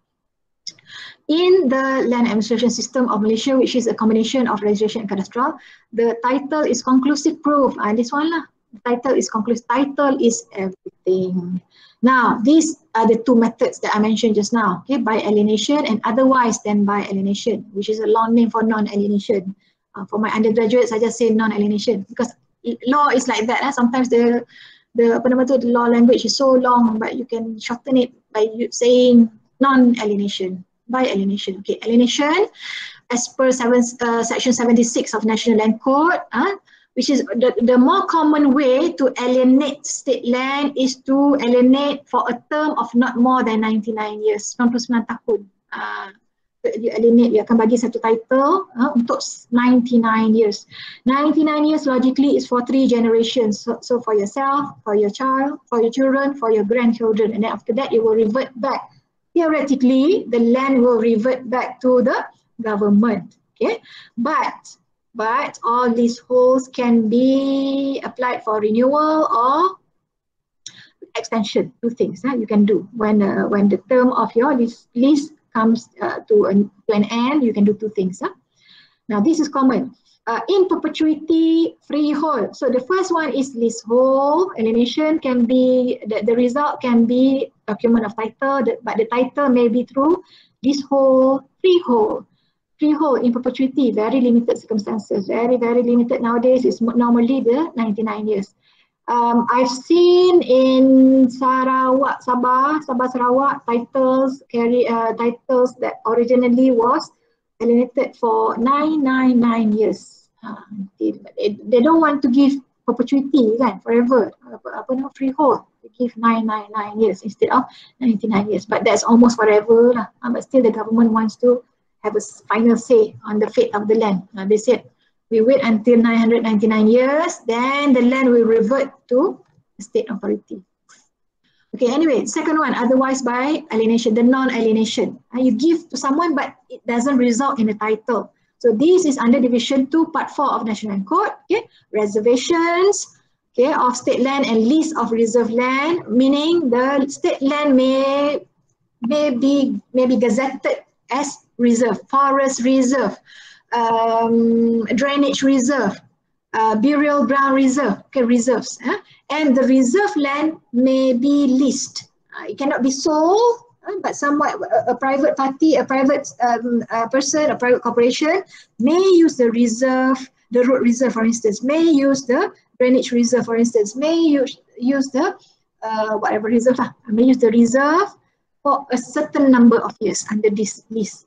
If I'm not mistaken, 21 years lease maximum.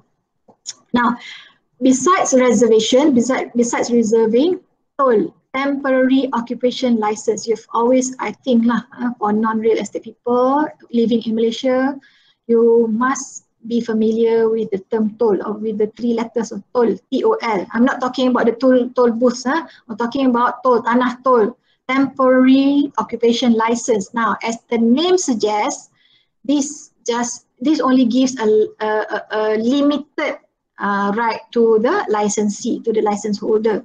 Okay. Now, who issues the license is by the government, by the state authority. So this is just like your driver's license. It's just like your whatever license. License only gives you certain rights only for a limited time only. So toll is supposed to expire every 31st December. 31st December every year. Okay, so you have to keep on renewing.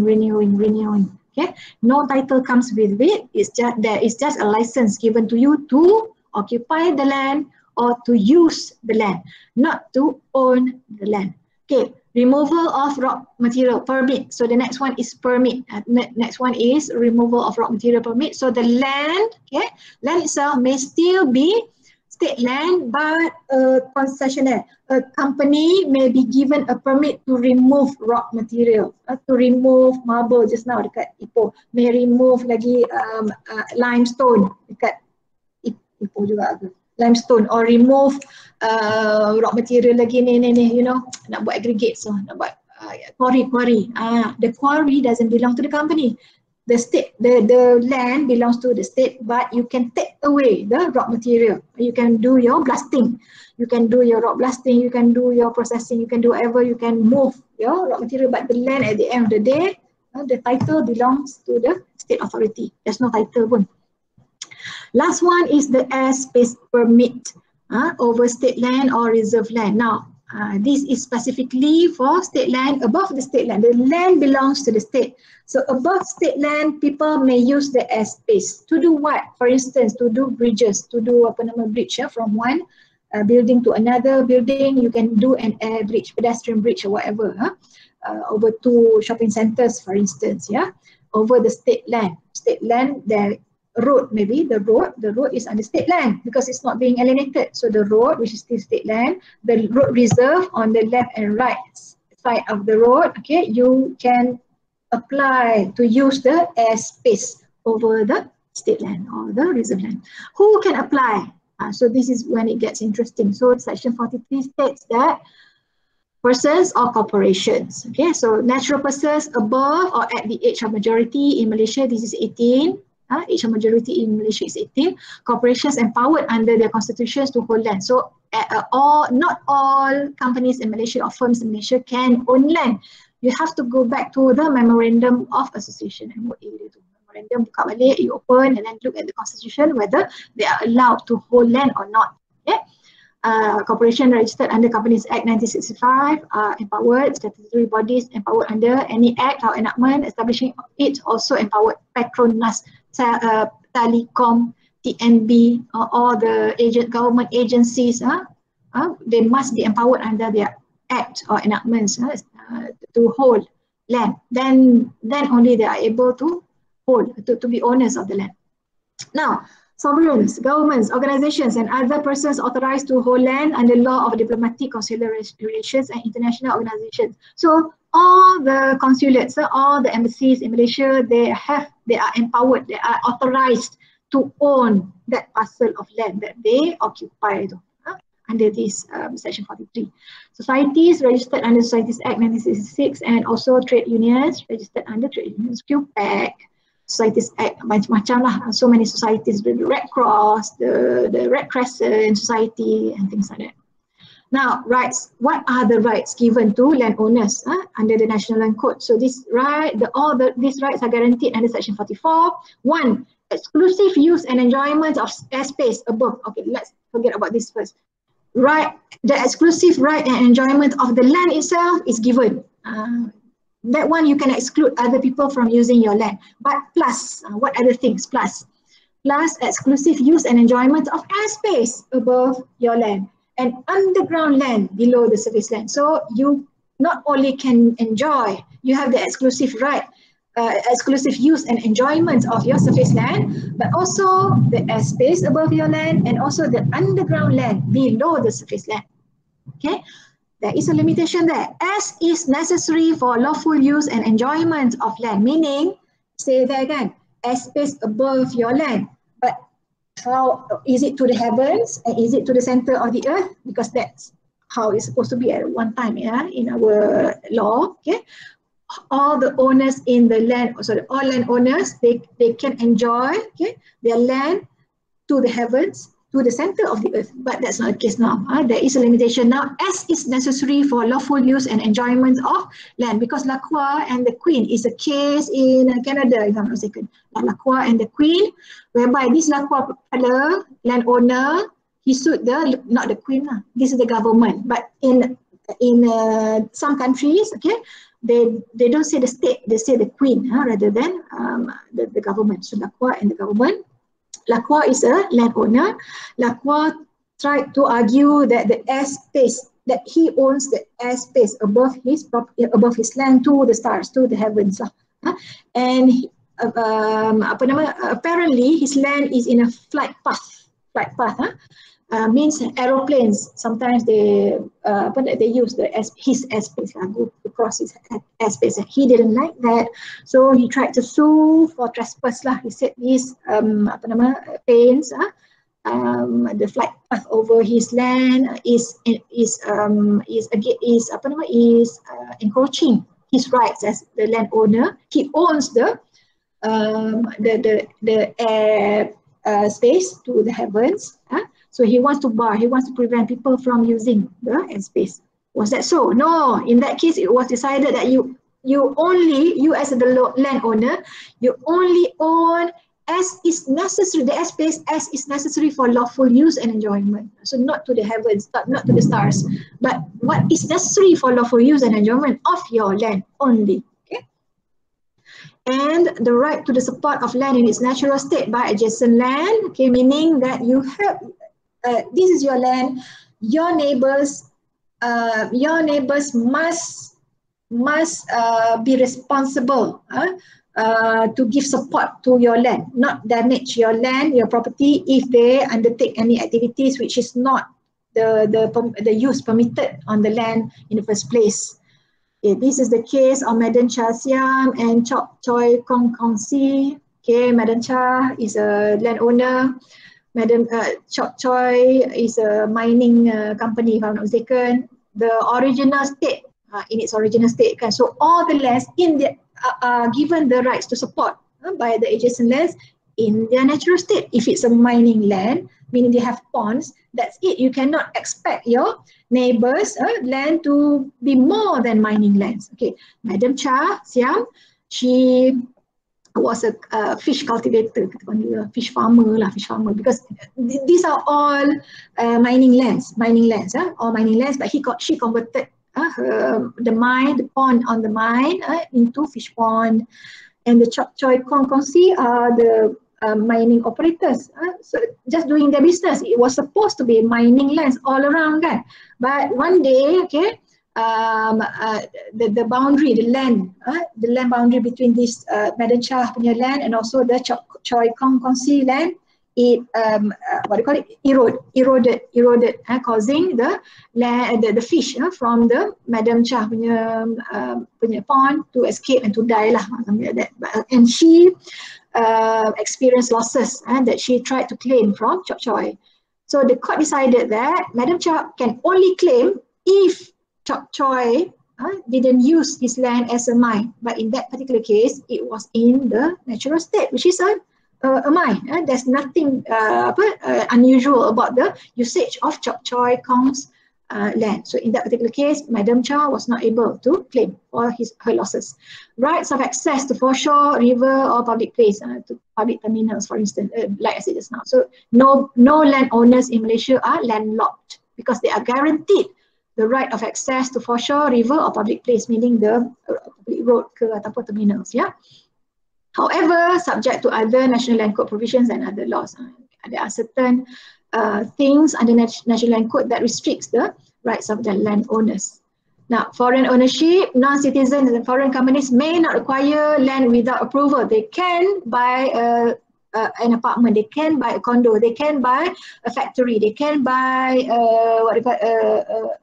a shop, whatever. They can buy property in Malaysia, but must get approval from the state authority first. So this is under section 433B. When I say state authority just now, it means that each state has their own state authority. So the rules for foreign companies and non-citizens are different, maybe different slightly from one state to another state in Malaysia. Any disposal or essentially in Malaysia now, okay, it used to be 1 million, the threshold, the price threshold. It has been reduced to 600,000 if I'm not mistaken. Correct me if I'm wrong, okay, for residential properties lah. But for other properties, it depends. There are other minimum price restrictions that foreigners can buy in Malaysia. And also low cost cannot. These are the things that that foreigners cannot buy in Malaysia. Anyway, any disposal or dealing with regard to alienated land, contravening, meaning that you purchase, you transfer the land without getting the state authority. For instance, you do a proxy, something not proxy. If you sign a sale and purchase agreement without getting the state authority's approval, meaning between a citizen and a non-citizen for a property that is not allowed for the non-citizen to buy just now, that particular sale and purchase agreement is null and void. So it's not just under Section 43C, but also under our Contracts Act in Malaysia, because any consideration, any contracts that go against the laws of Malaysia is considered invalid and null and void, no meaning, no legal meaning.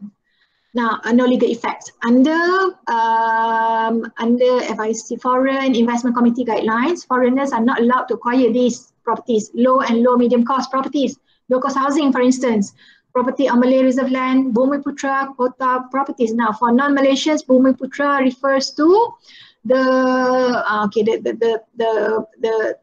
literal translation is son of the soil, son of the soil of Malaysia, the original people lah.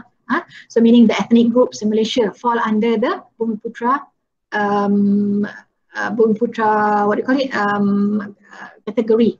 In Sabah and Sarawak, for instance, we have Bumiputras from different ethnic groups there, and also Semenanjung Malaysia, and also Peninsula Malaysia. We also have orang asli, for instance. So they have Bumiputra quota properties, cannot be sold to foreigners.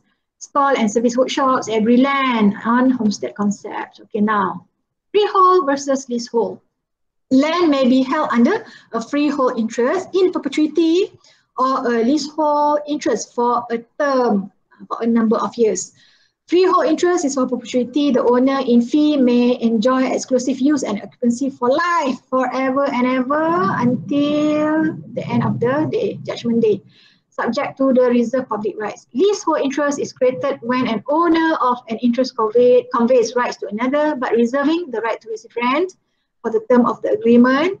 Okay, so Malaysia kan sama, the land that is alienated under 99 years, or even the sublease from 99 years, you sublease to another person for 30 years, you reserve the right to receive rent. Okay, for throughout the duration, throughout the term of the agreement. The right of reversion. Reversion means at the end of the term of the lease, okay, the land will revert to the owner. Revert means go back. Reversion, the right of reversion. So this right of reversion is guaranteed, meaning at the end of the term of the lease just now, when the lease comes to an end, automatically this land will revert to the owner.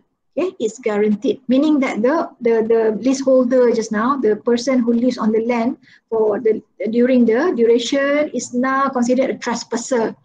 Whatever amount of money he has spent on the land is now considered, is not it's not considered anymore.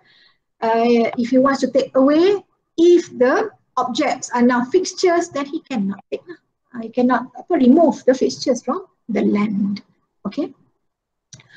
The right of reversion to regain the rights. Both interests can be disposed, but regardless of whether the land is under freehold or leasehold, both leasehold and freehold can be disposed, can be transacted, can be disposed freely subject to encumbrances. Encumbrances meaning just now, if you have a caveat, then you have to extinguish the caveat first. Or if the title says that you need to obtain written consent from the state authority, then you must obtain the written consent of the state authority. Things like that. Can be pledged as security for both freehold and leasehold. The banks will accept as security for a debt, or for the performance of an obligation. This is for contract lah, performance of obligation. Effects. What happens when the leasehold comes to an end? Okay, what happens at the end of the lease? Upon expiry of lease, the land will become state land.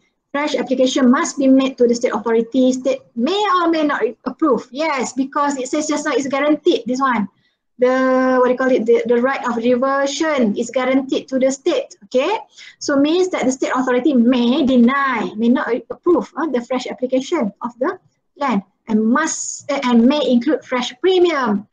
A good example of this is PJ Petaling Jaya, Section 1, because Section 1, the lands were were disposed under leasehold of, if I'm not mistaken, 60 years, 30 years. 30 years. And then it came to an end early 2000s, 2000 something, before 2000. Now, according to National Land Code, the land at the end of the lease reverts to the state, and the homeowners, if they want to keep on staying in their homes, they have to pay premium, fresh premium. There's a formula to calculate fresh premium, so which is essentially like buying a new property again. It's very high, I tell you lah, quite high. So, for instance, in PJ, okay, last time when they sold their bungalows in the 1960s, okay, it was like 60,000, 70,000, like that. It was a large amount of money at that time. Fast forward at the end of their lease period, okay, the premium was like 200,000, 250,000. So it's like, like almost buying a new property, right? So there was an uproar. People were not happy at that time because they had to pay, they have to fork out, they have to pay a large sum of money. It became a political issue, and what happened was the owners only paid a nominal sum, which is 1,000 only. 1,000 with conditions lah. 1,000. There is moratorium on the title, means that speculators are prevented from taking advantage of the situation. There was a moratorium. The property could not be transacted for, I think, 10 years after the fresh application. But still lucrative lah. Now, all permanent buildings and fixtures will vest in state authority, no compensation. Yeah, because it's a matter of something that comes to an end, it reverts back to the original owner. So, state authority need not pay any compensation unless the state authority expressly stated before in an agreement with the owners that they will pay any compensation. But in this case, no, there's no compensation needed. Now, last one, other land titles now. From 1 until 5 just now, we were talking about surface land. Okay, surface land titles. What about other land titles? Now, this is one type of land title that I think I need to mention in this lecture, native title. Okay, native title. The other one is underground title. Now, native title definition. What is that? It's a title that originates from native customs and refers to non-documented title. It's a title without a document of title. But a title is a title. Remember the Taurus system just now? Title is everything. So that means that once you are given a title, in this case, native title, your title is good against the world. You have rights there. You have indivisible rights there. Okay, indivisible rights. So, native title is a title that originates from customs, native customs. Okay?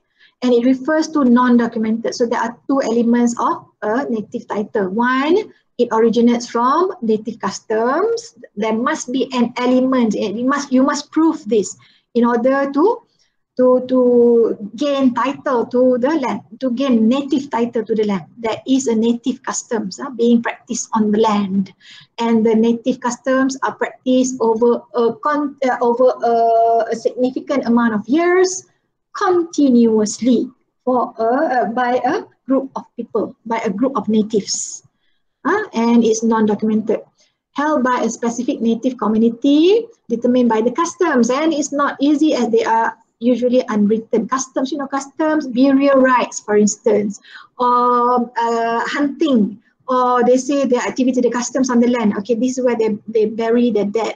This is where they get the medicines for their sick. This is where they get the what else, or their beliefs. This is where their gods are, for instance, so customs, yeah. And it's not easy because it's passed from one generation to another, maybe orally, maybe by stories and things like that. Usually unwritten. Okay? And the claimant must show the link to the land. For instance, for hunting and traditional ceremonies, or having occupied the land. They must be able to show, okay, this is where I hunt my deers. Okay, this is the season when the deers come to this area, or things like that. Okay, this is in Bido, in Perak in Malaysia. Example sempadan, they say that native tanah adat customary land of orang asli. Orang asli is a native ethnic group in Malaysia, orang asli. Where? In Bido, Perak. So this where they do all these things, examples. Burial and things like that. Okay, now why is it important? Because the courts have acknowledged the native titles, and in Malaysia, for instance, Kajian Tubik Adong Kuau. Kajian Tubik is EIA, an EIA case, Environmental Impact Assessment. But let's go one by one. Okay, now I jump my points now. The first one, Mabo. These open the door for other native titles in other countries. Because before this, the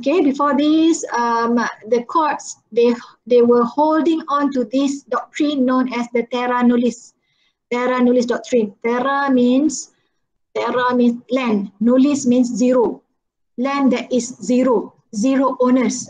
So they believe that this colonization, this British lah actually, terra nullius ni British. These British people, or these colonizers, they held on to the terra nullius principle, whereby this principle, okay, in essence states that the land before the coming of the colonizers, the white people, before they come to the land, it is free from any laws, it is free from any governments, it is free from any governments or laws. So they are the ones who bring the law to the lands. They are the ones who bring the structure, the system, the government to the area. So the area, the land, Australia, Malaysia, New Zealand, regardless of the fact that in New Zealand they had the Maoris, in Australia they had the Aborigines, they had the Torres Straits people. In the US, they had the Red Indians, the Apaches, the what else? Apaches lah, Comanches lah, all these Red Indians. They believe that they are the ones who brought the government, the state to these lands. They are the ones who brought the law to these lands. So means the natives had no title. The natives had no right over the land. Now, Mabo case. Mabo and others, they are I think the Aborigines, Whigs people, the Torres Straits people. So there's a subtle difference between the Aborigines and also the Torres Straits people. Anyway, but both are natives. Mabo, Queensland and others, okay, regarding on a dispute on pastoral is meragut, hak ragut, pastoral rights over a land, whereby the state of Queensland states that argued that the Mabo, the Aborigines had no rights over the land, and their pastoral rights relinquished, deleted all the rights. They excluded all the rights of Mabos to come onto the land. But the Mabos have been on the land forever and ever, kan? So they argued their case and they won. They won in 1992, which defeated the pastoral rights of the state of Queensland. State of Queensland used the pastoral rights to defeat the native title of the Mabos. Mabo at that time Mabo is someone, Mabo had to prove that he had title on the land, and he managed to do that. So his native title overruled or defeated the pastoral rights of the state of Queensland, because a right, like I said before, right and title, the title is higher than the rights. Title is everything, so even though it's a native title. Okay? So Mabo opened the door. Wicks also the same, the Wicks won, whereby it strengthened the Mabo's judgment. Ngati Apa is a case in New Zealand involving Maoris lah. Ngati Apa is Maoris, involving a seabed punya case, okay, whereby the court at that time acknowledged that the Ngati Apa had the rights over their seabeds. Not rights, title over the seabeds. Kajing Tubek and others is regarding Ekran. Ekran is a company that built the Bakun Dam in Sarawak. So this was during the construction, before the construction, or at the initial stage of the construction of the Bakun Dam in Sarawak. Kajing Tubek and others, okay, people from a native group there, the ethnic group there, okay, they demanded that a copy of the EIA, Environmental Impact Assessment, to be given to them, for them to have a look, for them to review, to have a view, and for them to comment, to participate in the process. Ekran, yeah, and others, including some government, I think lah, government, state governments, ada others ni. One of them is Sarawak, if I'm not mistaken. Now anyway, Ekran argued that in this case, because Sarawak has their own Sarawak Land Code, so they said that EIA, the Environmental Impact Assessment. Now, EIA, you will learn later on. Yes, Environmental Impact Assessment is a requirement under the EQA, Environmental Quality Act. Okay? And Environmental Quality Act is beautiful because it gives a chance for people who will be affected by the prescribed activity. So in this case, building of a dam, to comment on the project, to give views on the project. For instance, to give some suggestions on how to mitigate the negative impact on the local community. Now, Ekran, they argued, okay, that they are not bound by the EQA because land is under state matter, they said, and under the Sarawak punya law, okay, EIA is not applied, and this is the argument. And according to the state's environmental law, they are not required to give a copy of the EIA to Kajing Tubek. But then Kajing Tubek won. The judgment was for Kajing Tubek, and it was. But the point is here, they had to first of all establish that they had local standby. They had the native title just now. It's a big area. It's a big area of land. Bakun Dam is the largest hydroelectric dam in Malaysia. It's very big. And Kajing Tubek is arguing that they are the owners of this part of the land. So that was the legal, that was the law that needs to be decided whether Kajing Tubek had native title or not, local standby or not. Local standby is the right to sue. But in this case, Kajing Tubek won. So the first hurdle was successfully passed, whereby Kajing Tubek it was decided that Kajing Tubek and others had the local standard. They had the native title on the land because they managed to show that they are the original people there and they practice their customs on the land. Now, Adong Kwao and Sagong Tasi both involve land acquisition, and in both cases they showed that they had native titles on the land and they are eligible to receive compensation over the land.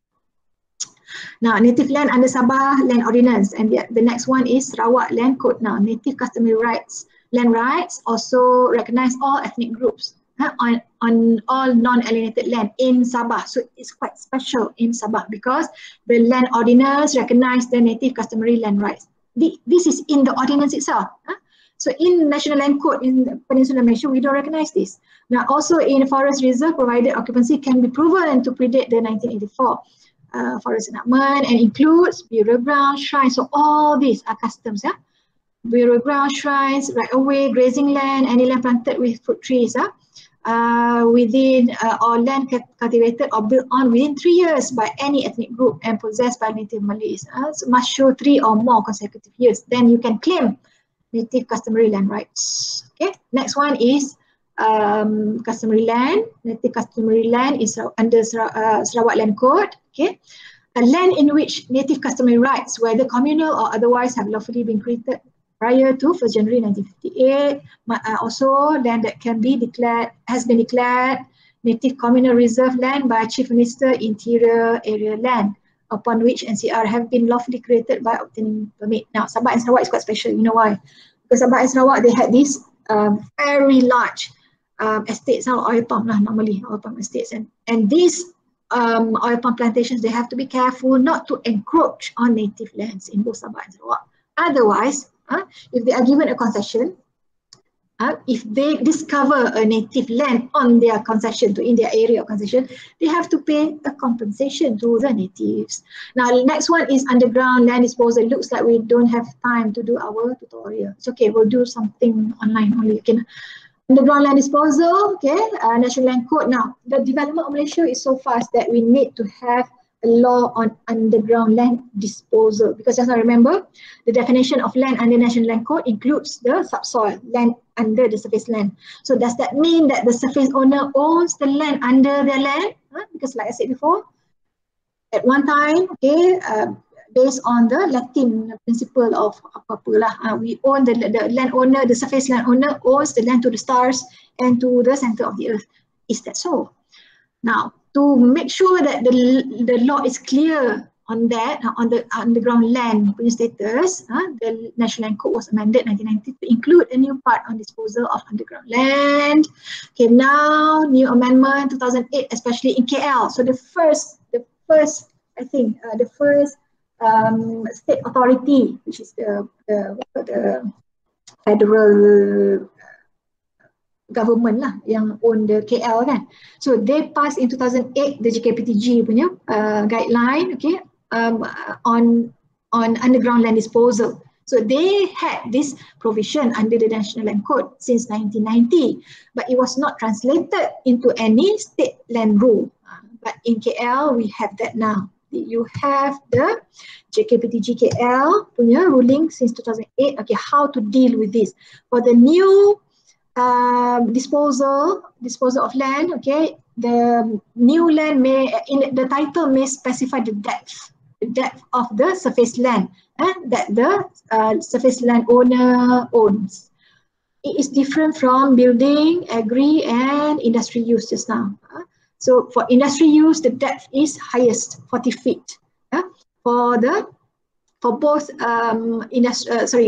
building and also agri, I think is 20 feet. The industry must have more depth, 40 feet, because of the activity of the surface land owner that may create vibrations, may damage the underground land user later on.